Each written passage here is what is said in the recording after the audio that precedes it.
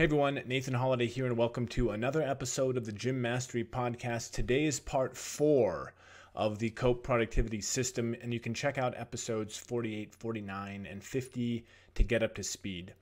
In the last episode, we went over organizing and how random items that come into your day can be quickly and easily sorted or chunked into like areas. We used as examples for personal areas, health, family, finances, hobbies. You can choose whatever you want. For business, we used members, team, sales and marketing, and admin and finance as chunks for gyms primarily. We organized everything so we could find what we're looking for when we needed it. This is the most important concept. We organize things so we can find them. Today, we'll be covering planning the day. And we're going to continue with previous examples in terms of tasks, but we're also going to add some new things.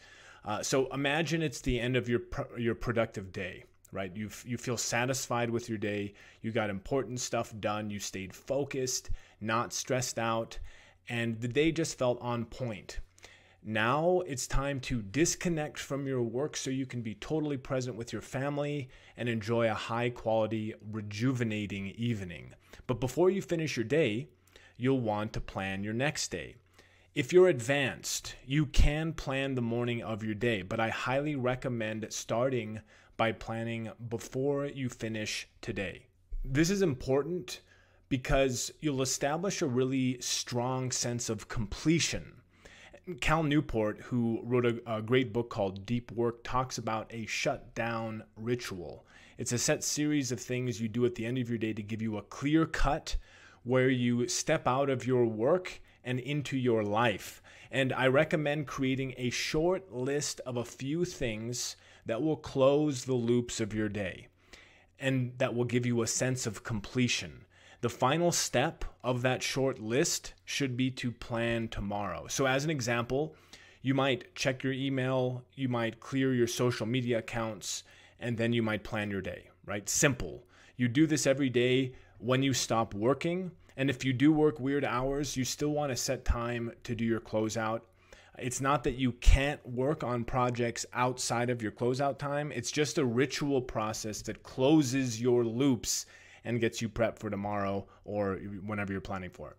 Now, even if you have experience planning your day, try doing this at the end of your workday to see if you notice a difference in the quality of your evenings.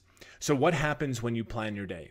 First, clear your inbox. This is whatever you've captured throughout the day. That's the first thing you want to do. Then you want to scan through your to-day list and your quicks and communication list. We talked about those last time. If you did do a week plan or if you do week plans, you want to review that, obviously. If there's anything urgent, you can do it, but usually almost everything can wait. So you don't want to get sucked into working on things and going down rabbit holes when you're doing your closeout, right? You want to be nice and tight, just organizing things. If it's Tuesday, it's then time to plan tomorrow, Wednesday. So you open up your calendar and you see how much time is reasonably available tomorrow. And you see that there's an open block from 8 a.m. to 11 a.m. It's a nice chunk of time in the morning to get things done. So you slot the time you'll need for all those quick items. Remember how we added a bunch of those to our list? Things like buying something from Amazon or send mom flowers or email that member. Remember all those? We want to complete those things. We want to close all the loops and the loose ends that cause feelings of overwhelm over time as they accumulate and accumulate. This is super important. So on your calendar, you slot those quick tasks from 8 to 9 a.m. You've decided to do them first, which is just a good operating procedure. You want to do things like get all those loops closed. You guess it should take you about 40 minutes to burn through them all, but you give yourself a 20-minute buffer just in case, so you're not stressed out about it. Now, you take a look at the rest of your items, the big things, the big results you want to get done. There are some big projects on your plate, and you take a look at your lists and all the important things that aren't urgent, but do need to get done. And something you've been procrastinating on is to review last month's QuickBooks and the notes from your accountant, which is inside an area of business you have called finance and admin. Remember those areas of business? Finance and admin is a big area. So you have this thing you got to do with your books. And again, these are just examples. But when you realize that you have to do that, you ask yourself at the same time, is there anything else that needs to be done within the area of finances and admin? Now, as a side note, if you ask this question consistently, what else has to be done, you'll give yourself a massive advantage because you will unearth things that you didn't think about before. And sure enough, you remember that you want to double check, clean up, and organize your CRM, right? So you have some things. You do have an admin person managing it, and the last time you logged in, you noticed there was something weird, but you couldn't spend time on it, and then you forgot to capture it. But now you're remembering it. So you have on your list here 2 things: review last month's finances in QuickBooks, and then you've refined that admin task to double check, clean up, and then do screen recording of what you want for admin person, right? So then you're not doing all the little details. You give yourself 30 minutes for each of these tasks and 60 minutes total. I know I might be getting into the details, but I want to give those of you who are interested real information and things that can be actively used. And you can listen to this again just to get an idea. So on your calendar, you slot finance and admin from 9:30 to 10:30 a.m. You got those 2 big things to work on. Now your Wednesday is planned from 8 a.m. to 9 a.m. You got those quick tasks. From 9:30 to 10:30, you're working on your finance and admin. Now this is a super simple example. It doesn't include all your other appointments, the classes you have going on, meetings, any recurring project block time, which I recommend you do. If you have anything really big, you got to put block time on your calendar every week to work on that thing. But this example illustrates the flow of new things coming into your life and then how to deal with them, right? So in the example so far, we use the calendar, which is probably the most certain way to make sure you get things done. When you plan your day, you put things on the calendar. You treat them as appointments. And this only works, though, if you adhere to your calendar, right? So you got to make sure, and this can be a challenge, especially if you're an entrepreneur, you're a small business person where you're in charge of your own day. You'll make adjustments and justifications all the time.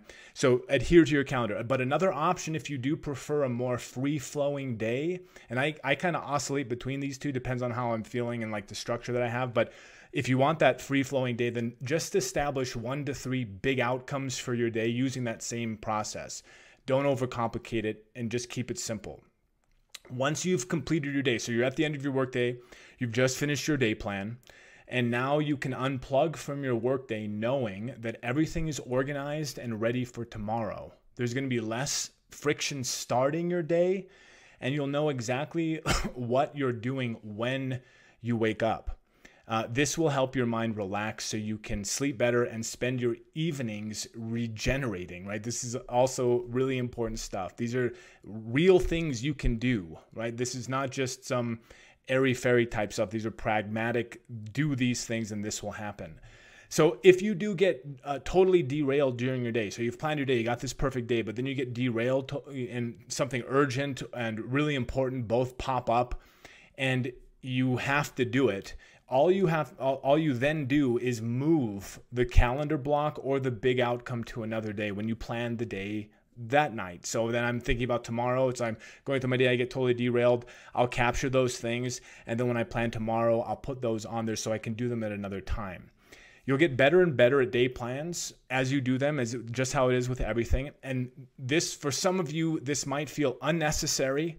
It might feel cumbersome, like why would I go through all this, or just annoying to plan your day.